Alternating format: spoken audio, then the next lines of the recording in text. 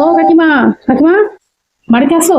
ভাবলাম আসো কি নাই কে জানে, যাই হোক তাও আসলাম। কি করবো বলো, বাড়িতে একা থেকে খেতে ভালো লাগে না। আচ্ছা, আশেপাশে কারোর সাথে তো মেলামেশা করি না, খালি একমাত্র তোমার বাড়িতেই আসি। ও রিঙ্কি মা, তুমি আসো আসো, আর বলো না গো, সকাল থেকে কাজ করতে করতে একদম মাথাটা গেল।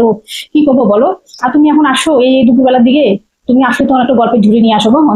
গল্পের আসো নাই, যাই হোক আসো, যখন বসো কি করবো, আপনি গিয়ে আসো আসো। কাকিমা ইস, তুমিও না পারো, এই গরমের মধ্যে শাড়ি শুড়ি পরে কি করে থাকো গো, তারপর ঘন্টা মন্টা দিয়ে সারা গায়ে শাড়ি শুড়ি জড়াই টড়াই নিয়ে। কাকুকে বলতে পারো না দুই একটা নাইটি কিনে দেওয়ার জন্য? बात तो सही है। আর আমাকে দেখো তো, 2 বছর মা হয়ে গেছি, মেয়ে বিয়ে দিয়ে দিছি, ছেলে বিয়ে দিয়ে দিছি, নাতিপুতি হয়ে গেছে, আমার কথা কথা দেখো তো।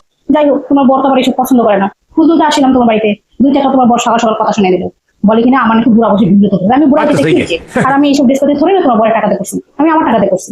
তোমার বড় না বহুত কথা বেড়ে গেছে জানো তো, দিন দিন সারাক্ষণ ওর কথা শুনতে থাকি। এরকম করলে আর আমি আসবো না, ভালো লাগে না আমার একদম আসতে। রিঙ্কির মা, একটা কথা বলি, তোমাদের বাড়ি ভোর 5টার থেকে শুরু হয় ক্যাচের মেচে, বাপরে তোমাদের বাড়ির আওয়াজে বারবার আমার আবার ঘুম ভেঙে যায় সকাল সকাল। আজকে সকালে উঠছিলাম, দেখি তোমাদের বাড়ি কাণ্ড ভীতি। সকাল সকাল তোমাদের দিকে রান্না বান্না শুরু হয়ে যায়, পূজা টুজা দেওয়া শেষ হয়ে যায়। এত সকালে উঠে কি করো? আচ্ছা, সেই। সকালে উঠে আর এত তাড়াতাড়ি রান্না বান্না সারি শুরু তাড়াতাড়ি ঘুমায় পড়ো, লাভটা কি পাও? আরে কাকিমা কি আর বলবো, সকাল সকাল কি এমনি আর কাজকর্ম সারি?